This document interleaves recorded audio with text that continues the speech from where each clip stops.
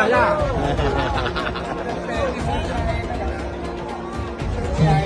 Bilang menang. Siap. Prabowo.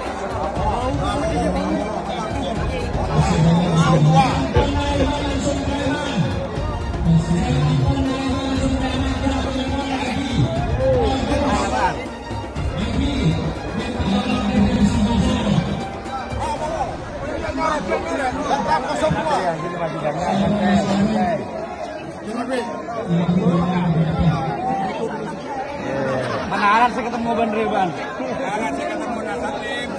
Nasalim gini terus saya.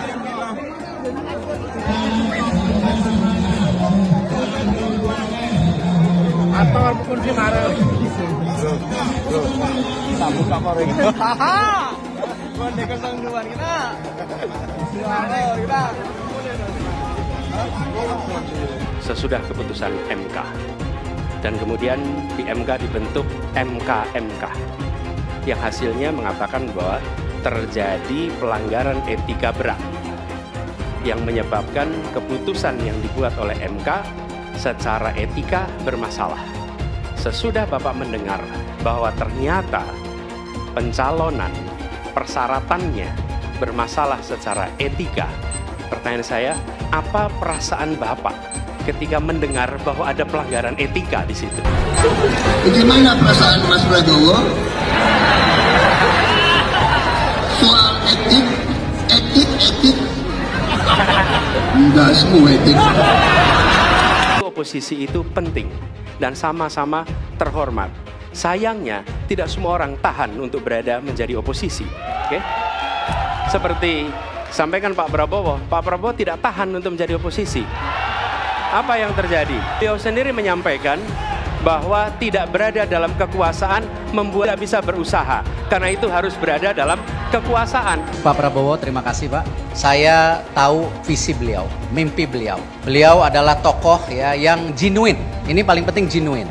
Saya merasa alhamdulillah saya bersatu dengan Pak Jokowi. Pada dasarnya kita sadar bahwa kita dua-duanya bekerja untuk bangsa dan negara dan rakyat. Cari teman, rukun, kerjasama, teamwork. Pak Prabowo, karena nomor 2 saya pertanyaannya 2. Ada 12 kasus pelanggaran HAM berat. Mulai dari peristiwa 65, penembakan misterius, Talang Sari, penghilangan paksa sampai Wamena. Pertanyaan kedua, di luar sana menunggu banyak ibu-ibu, apakah Bapak bisa membantu menemukan di mana kuburnya yang hilang agar mereka bisa berziarah? Apalagi mau ditanya kepada saya sudah menjawab berkali-kali, ada rekam digitalnya. Saya sudah jawab berkali-kali, tiap 5 tahun kalau polling saya naik, ditanya lagi soal itu.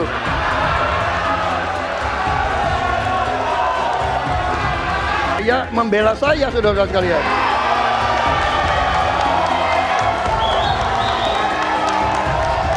Jadi masalah HAM jangan dipolitisasi, Mas Ganjar ya. Apa komentar Pak Prabowo terhadap putusan MK yang melahirkan MK itu? Itu aja. Ini Mahkamah Konstitusi, aturannya sudah jelas. Kita juga bukan anak kecil. Rakyat kita juga pandai, rakyat kita lihat, rakyat kita tahu. Mas Ganjar, kita tahulah ya bagaimana prosesnya ya. Yang intervensi siapa? Ya kan? Yang intervensi siapa? Tapi intinya adalah kita tegakkan konstitusi, kita tegakkan undang-undang, kita perbaiki yang kurang sempurna dan kita patuh kepada komitmen undang-undang itu sendiri. Kita harus membuat yudikatif kuat dan saya berkomitmen untuk memperkuat itu. Manakala saya menerima mandat dari rakyat, saya akan memperbaiki kualitas hidup semua hakim-hakim di Republik Indonesia, semua pekerja di sekitar pengadilan dan semua penegak hukum akan saya perbaiki kualitas hidupnya, gajinya diperbaiki supaya mereka tidak dapat diintervensi, tidak dapat disogok, tidak dapat dikorup. Itu komitmen saya kepada rakyat Indonesia. kemungkinan koalisi Ganjar dan Anies Baswedan. Apakah itu mungkin akan terjadi? Dukung Ganjar dan Anies tentu punya kecemasan bersama bahwa pemilu kali ini punya potensi kecurangan luar biasa dan potensi penggunaan alat kekuasaan. Saya tetap memprediksi bahwa tetap akan terjadi 2 putaran. Beda nih dengan yang dipropagandakan oleh Prabowo bahwa pemilu nanti akan berlangsung cuma 1 putaran saja. Sekian puluh % pendukung Anies kemungkinan di putaran kedua akan pindah ke Ganjar melawan Gibran. Mereka nggak suka Anies menang sebenarnya, tapi lebih tidak suka lagi kalau Prabowo yang menang. Ini juga masuk akal. Jadi prediksi saya, di putaran kedua nanti, kalau kubu Ganjar yang lolos, maka sebagian besar pendukung Anies juga akan lari ke Ganjar. Ini masuk akal sih, karena pendukung Anies kebanyakan adalah pembenci Jokowi. Meskipun sebagian besar dari mereka dulu adalah pendukung Prabowo. Tetapi dengan adanya Gibran yang sekarang ada di samping Prabowo, maka kebencian mereka terhadap Jokowi akan semakin tinggi. Dan lebih baik buat mereka memilih yang buruk dari yang terburuk, yaitu Ganjar Pranowo. Kita di Solo menang, kemudian ditarik ke Jakarta, gubernur sekali menang, kemudian 2 kali di pemilu presiden juga menang. Mohon maaf Pak Prabowo, kelihatannya setelah ini jatahnya Pak Prabowo. Calon yang saya pilih, saya katakan di sini ya, saya yang pilih, saya yang minta, saya yang memilih. Tidak ada itu dinasti-dinastian. Kalau dinasti merah putih, apa salahnya? Kalau dinasti patriotik, apa salahnya? Tim Prabowo Gibran, Koalisi Indonesia Maju mengatakan, kita akan lanjutkan pembangunan yang sudah dilaksanakan oleh Presiden Jokowi. Kita tidak ragu-ragu mengatakan IKN akan kita lanjutkan. BPJS kita lanjutkan. Kartu Prakerja kita lanjutkan.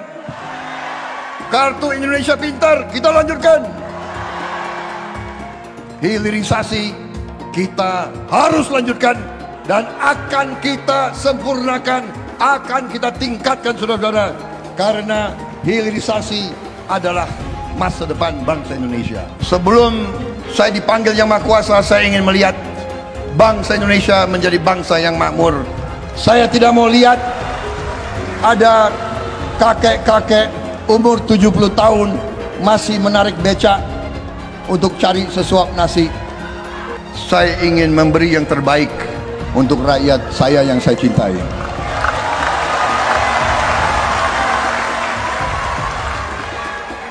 Saya selalu menggaungkan yang namanya narasi keberlanjutan, narasi penyempurnaan. Jadi nggak ada yang namanya arah baru atau perubahan.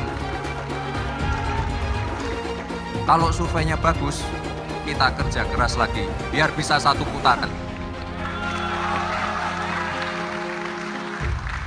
Apa kita membutuhkan pemimpin yang namanya Pak Prabowo Subianto dan Gibran Raka Buming Raka. Saudara-saudara semua, Indonesia adalah negara besar. Tidak bisa dipimpin oleh orang-orang yang baru berpikir mau coba-coba nanti akan. Pak Prabowo adalah figur yang sangat luar biasa syarat dengan pengalaman. Beliau adalah mantan jenderal, mantan komandan Kopassus, Pangkostrat, dan sekarang jadi Menhan yang disegani di dunia internasional. Mas Gibran adalah anak muda yang visioner, yang berangkat dari UMKM, yang sekarang menjadi wali kota sukses memimpin kota Solo. Kalau ada capres-capres atau cawapres yang menyinggung kita, jangan kita tanggapi berserius terlalu. Kita happy aja, kita santai saja.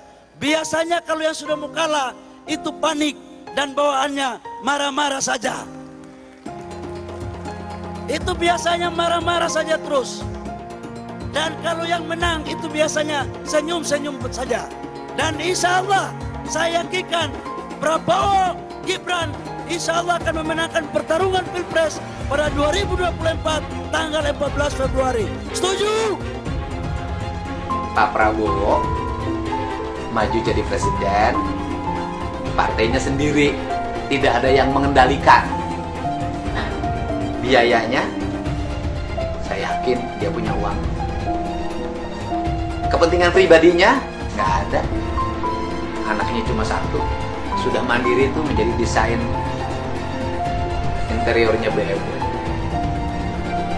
Nggak ikut politik, jauh dari politik. Ya kan? Kepentingannya apa? Hanya kepentingan ingin mewakafkan diri bagi bangsa. Artinya, dalam diri Prabowo hanya ada Prabowo Subianto, nggak ada yang lain. Saya mensyukuri kenapa kalah, kenapa ditahan. Saya bersyukur atas itu semua.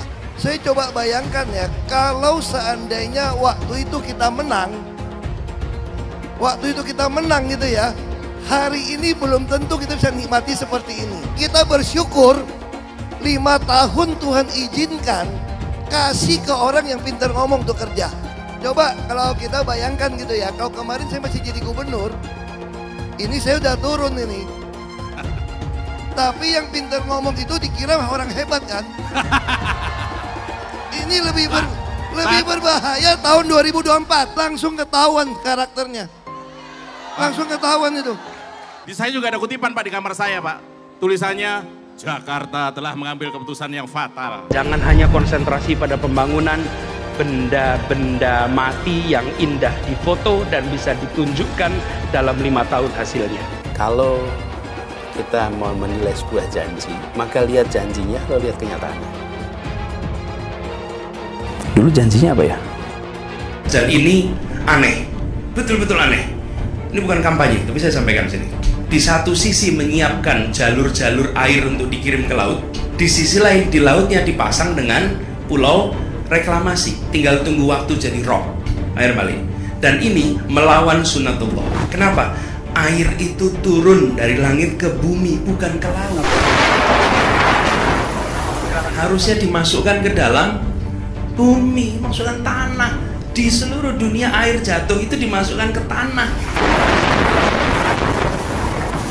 Bukan dialirkan pakai gorong-gorong raksasa ke laut. Jakarta telah mengambil keputusan yang fatal.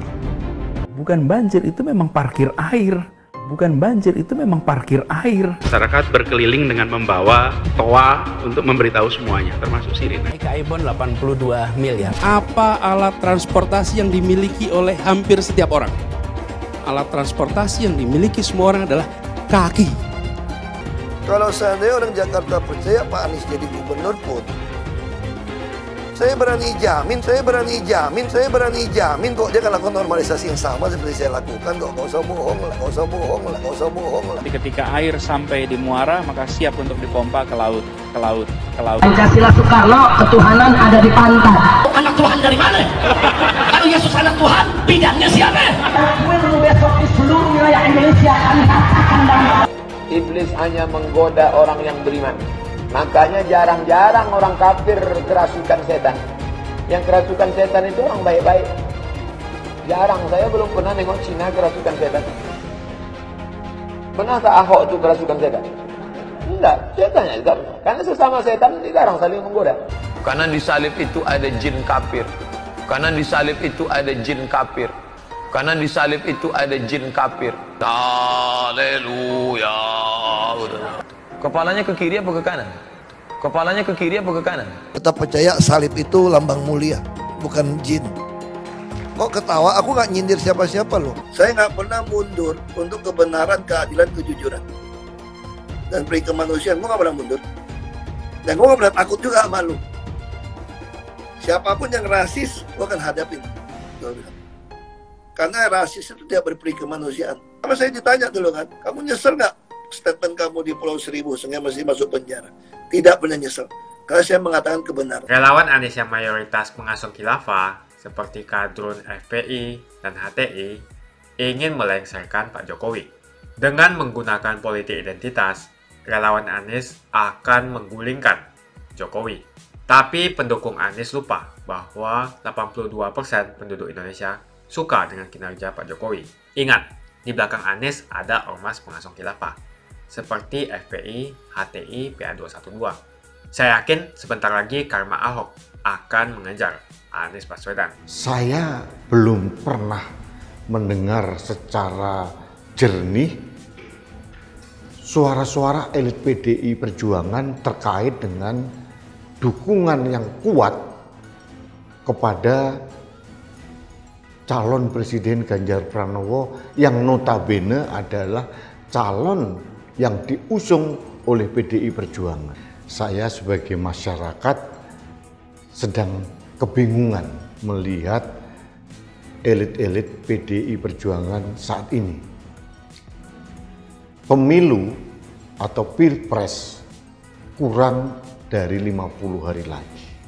Kalaupun ada suaranya sayup-sayup tak terdengar, hanya 1-2 yang bersuara. Tidak ada orkestrasi suara yang sangat keras, yang masif mendukung Ganjar dan Mahfud. Ini ada apa? Saya berharap waktu itu setelah ada pidato yang sangat heroik dari seorang Ketua Umum PDI Perjuangan, elit-elit PDI Perjuangan kemudian mengamplifikasi pidato menggelegar dari seorang Megawati Soekarno Putri. Kenyataannya tidak, senyap. Ini ada apa? Ibu Megawati Soekarno Putri sebagai Ketua Umum sudah sah resmi mencalonkan Ganjar Pranowo. Kemudian beberapa bulan kemudian dipasangkan dengan Profesor Mahfud MD. Saya tidak melihat geliat suara yang keras dari elit-elit PDI Perjuangan untuk mendukung kedua orang yang sudah dicalonkan resmi dari PDI Perjuangan. Waktu itu ada wacana memunculkan Puan Maharani, Ketua DPR RI, sebagai salah satu bakal calon presiden dari PDI Perjuangan. Pada waktu itu saya melihat kekompakan dari elit-elit PDI Perjuangan untuk menyuarakan Puan Maharani. Baliho Puan bertebaran di seluruh penjuru di Indonesia ini. Setiap sekian meter ada baliho Puan Maharani sebagai bakal calon presiden. Meskipun akhirnya survei membuktikan bahwa Puan Maharani tidak terlalu diterima oleh masyarakat. Akhirnya pencalonan Puan batal. Dengan segala hormat saya kepada Mas Arsyad, bahwa beliau sebagai ketua tim pemenangan Ganjar Mahfud belum pernah menyuarakan strategi besar untuk kemenangan Ganjar dan Mahfud. Saya tidak melihat strategi yang jelas ke arah mana kita harus memenangkan Ganjar dan Mahfud. Sampai sekarang saya belum melihat. Ini konsep umum, strategi umum, kemudian taktik operasional seperti apa, saya tidak melihat. Yang saya dengar hanya komentar-komentar yang menurut saya tidak terlalu signifikan membangun electoral impact kepada masyarakat. Suara atau instruksi yang sangat keras dari PDI Perjuangan, karena menurut saya Ibu Megawati Soekarno Putri pun juga sudah geram melihat elit PDI Perjuangan seperti sayup-sayup tak terdengar, kurang semangat. Kalau PDI Perjuangan mau hat-trick, kemenangan 3 kali berturut-turut, saatnya sekarang elit PDI Perjuangan turun mengamplifikasi komando yang sudah disuarakan oleh Ketua Umum PDI Perjuangan. Apalagi di sana ada tokoh-tokoh besar seperti Jenderal TNI Purnawirawan Andika Perkasa. Dengan pengalaman dan rekam jejak ketokohan para purnawirawan TNI Polri ini bisa mengambil alih, membangun strategi besar untuk kemenangan Ganjar Pranowo dan kemudian diamplifikasikan ke bawah dan dijalankan antara kader partai dengan organ relawan. Di sana ada Ketua Bapilu Pak Bambang Pacul, Pak Bambang Puryanto, ada juga ketua fraksi, ada juga anggota dewan yang jumlahnya lebih dari 100 dewan, anggota dewan. Mudah-mudahan elit-elit PDI Perjuangan mendengar agar mulai sadar diri bahwa kemenangan Ganjar dan Mahfud MD nanti itu signifikan paralel dengan kemenangan PDI Perjuangan sebagai the ruling party. Kita harus belajar dari pengalaman 2014-2019 bahwa suara partai signifikan karena didorong oleh suara dari calon presidennya. Seharusnya ini menjadi bahan kepada teman-teman saya dari elit PDI Perjuangan untuk bergerak bersama menyuarakan. Tanpa sinergi dari elit-elit dari PDI Perjuangan, kemenangan ini jangan hanya ditimpakan atau dibebankan kepada organ relawan. Belum terlambat menurut saya. Saya hanya menghimbau sekali lagi kepada elit-elit PDI Perjuangan untuk mulai turun ke bawah, turba, merangkul organ relawan, mendukung organ relawan yang masif di berbagai daerah untuk memenangkan Ganjar dan Mahfud.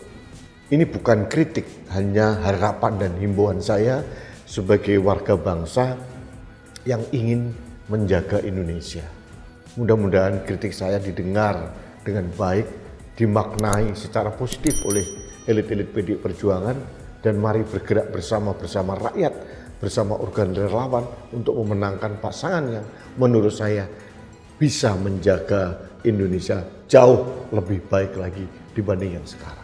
Kalau yang bersuara organ relawan atau saya, amplifikasinya tidak sebesar tokoh-tokoh besar yang ada di elit PDI Perjuangan. Kuncinya adalah sinergi kader partai, organ relawan, dan rakyat. Semakin dekat Pilpres, relawan Anies semakin beringas dan Anies semakin galau. Dengan menggunakan politik identitas, relawan Anies akan menggulingkan Jokowi. Relawan Anies yang mayoritas pengusung khilafah seperti kadrun FPI dan HTI ingin melengsarkan Pak Jokowi. Tapi pendukung Anies lupa bahwa 82% penduduk Indonesia suka dengan kinerja Pak Jokowi. Saya pikir kalau terjadi baku hantam, maka ada 82% yang akan menghajar kadrun pengusung khilafah itu. Nasdem pun semakin pusing melihat Anies, karena elektabilitas Anies semakin jatuh. Dan banyak kader-kader Nasdem terjerat kasus korupsi, seperti belakangan kasus korupsi BTS. Kasus korupsi 8 triliun yang dilakukan oleh kader terbaik Nasdem yaitu Johnny G. Plate ini sangat menghantam Partai Nasdem, menteri dari Kementerian Pertanian, di mana ini juga adalah dari Partai Nasdem. Apalagi belakangan ada 120.000 kader dari Partai Nasdem pindah ke Partai Perindo. Semenjak Nasdem mengusung Anies, banyak sekali petaka yang diterima oleh Nasdem. Apakah ini merupakan karma dari Ahok? Silahkan komentar di kolom komentar. Yang jelas saya tidak akan memilih Anies, karena Anies bukan pribumi yang jelas. Dan Anies juga merupakan antitesis daripada Jokowi. Antitesis artinya bertolak belakangan dengan semua kebijakan Jokowi. Anies sudah terang-terangan menyebutkan dia tidak akan melanjutkan kinerja dari Pak Jokowi. Tidak ada infrastruktur yang akan dibangun jika Anies memimpin Indonesia 5 tahun ke depan. Lagi pula Anies juga didukung oleh khilafah dan pendukung Anies dari ormas seperti FPI dan juga HTI. Apa kita mau FPI dan HTI kembali di Indonesia jika Anies memimpin? Anies adalah bapak politik identitas yang menghalalkan segala cara untuk menggapai kekuasaan, termasuk menggunakan politik identitas berbasis agama. Kita lihat di kasus Ahok. Kita sudah bisa melihat kinerja Anies selama 5 tahun di Jakarta, dan ini merupakan rekam jejak Anies Baswedan. Tidak ada satupun janji yang dipenuhi, dan tidak ada kinerja yang bisa dibanggakan. Dari DP 0%, OKOC, kelebihan bayar, Formula E, banjir, sumur resapan, jalan rusak, dan gonta-ganti nama jalan.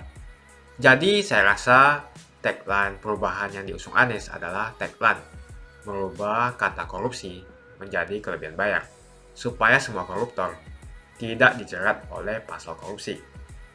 Karena mereka semua hanya melakukan kelebihan bayar. Jadi perkataan Ahok sudah terbukti dan Jakarta sudah menjadi korban.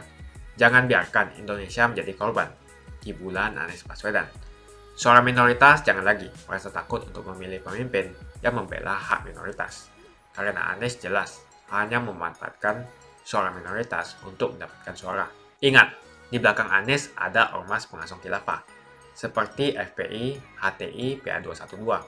Saya yakin sebentar lagi karma Ahok akan mengejar Anies Baswedan. Begitu saja opini saya hari ini. Tuliskan opini kalian tentang Anies Baswedan di kolom komentar. Dan juga tuliskan pendapat kalian tentang people power oleh relawan Anies untuk melengsarkan Pak Jokowi. Tuliskan pendapat kalian. Jika kalian siap untuk melawan people power yang digaungkan oleh relawan Anies, ayo tuliskan lawan people power di kolom komentar. Pastikan Anda semua like video ini dan bagikan video ini ke teman dan family Anda supaya mereka semua mengetahui tentang informasi ini. Tekan tombol subscribe dan bunyikan lonceng notifikasi supaya kamu tidak ketinggalan